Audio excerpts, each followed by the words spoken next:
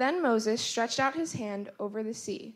Adonai drove the sea back with a strong east wind throughout the night and turned the sea into dry land. So the waters were divided. Then Bnei Israel went into the midst of the sea on the dry ground, while the waters were like walls to them on their right and on their left. But the Egyptians pursued and went in after them into the midst of the sea. All Pharaoh's horses, chariots, and his horsemen. Now it came about during the morning watch that Adonai looked at the army of the Egyptians through the pillar of fire and cloud and caused the army of Egyptians to panic. He took off their chariot wheels and caused them to drive heavily. The Egyptians said, "Get away from the presence of Israel, for Adonai fights for them against the Egyptians." Then Adonai said to Moses, "Stretch out your hand over the sea so that the waters come back upon the Egyptians, over their chariots and their horsemen." So Moses stretched out his hand over the waters, and the sea returned to its strength at the break of dawn. The Egyptians were fleeing but Adonai overthrew them in the midst of the sea. The waters returned and covered the chariots, the horsemen, and the entire army of Pharaoh that went into them after the sea. Not one of them remained. Furious with rage, Nebuchadnezzar ordered Shadrach, Meshach, and Abednego to be summoned.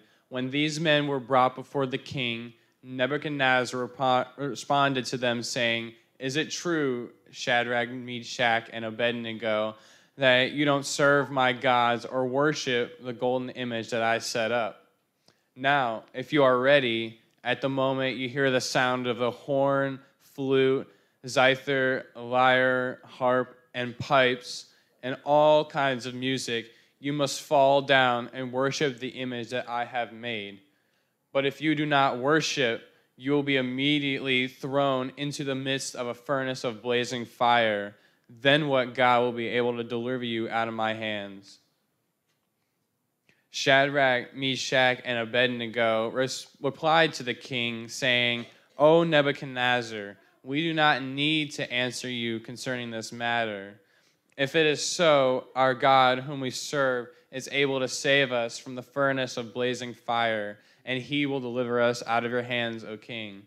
Yet even if he does not, let it be known to you, O king, that we will not serve your gods, nor worship the golden image that you set up."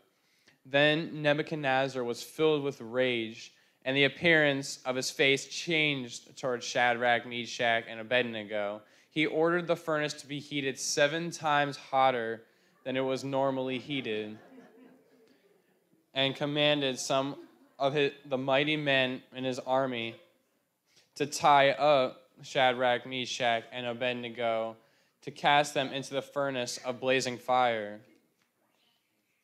So these men, wearing robes, tunics, hats, and other clothes, were bound and thrown into the furnace of blazing fire. But because the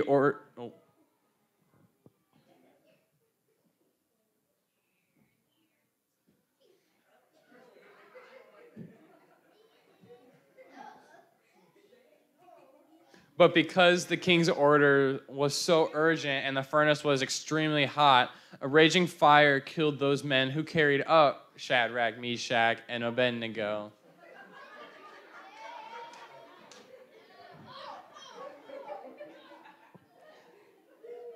Then King Nebuchadnezzar was astonished and leaped to his feet. He asked the ministers, "Did we cast these 3 men into the middle of the fire?" They replied to the king, "Surely, O king." But he answered, saying, "Look, I see 4 men walking about unbound and unharmed in the middle of the fire, and the 4th has the appearance like a son of God's." Nebuchadnezzar then approached the door of the furnace of blazing fire and exclaimed, "Shadrach, Meshach, and Abednego, servants of the Most High God, come out and come here." So Shadrach, Meshach, and Abednego came out from the middle of the fire.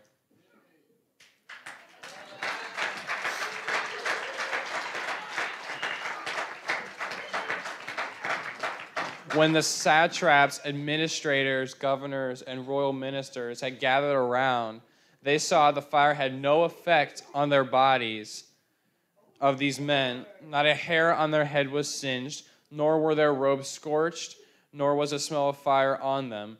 Nebuchadnezzar exclaimed, "Blessed be the God of Shadrach, Meshach, and Abednego, who has sent his angel and delivered his servants who trusted in him." Right away, Yeshua made the disciples get into the boat and go ahead of him to the other side while he sent the crowds away. After he had sent the crowds away, he went up on a hillside by himself to pray, and when evening came, he was there alone.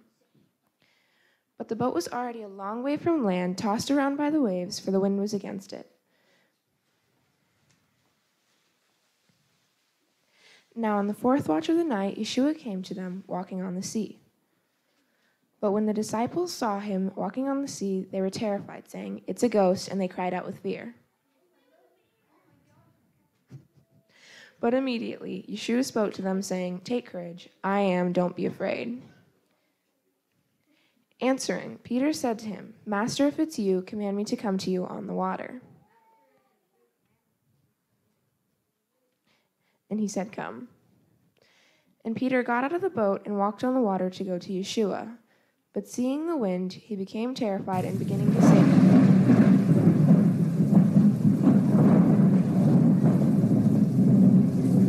He cried out, saying, "Master, save me." Immediately Yeshua reached out his hand and grabbed him, and he said to him, "O you of little faith, why did you doubt?" When he got into the boat, the wind ceased.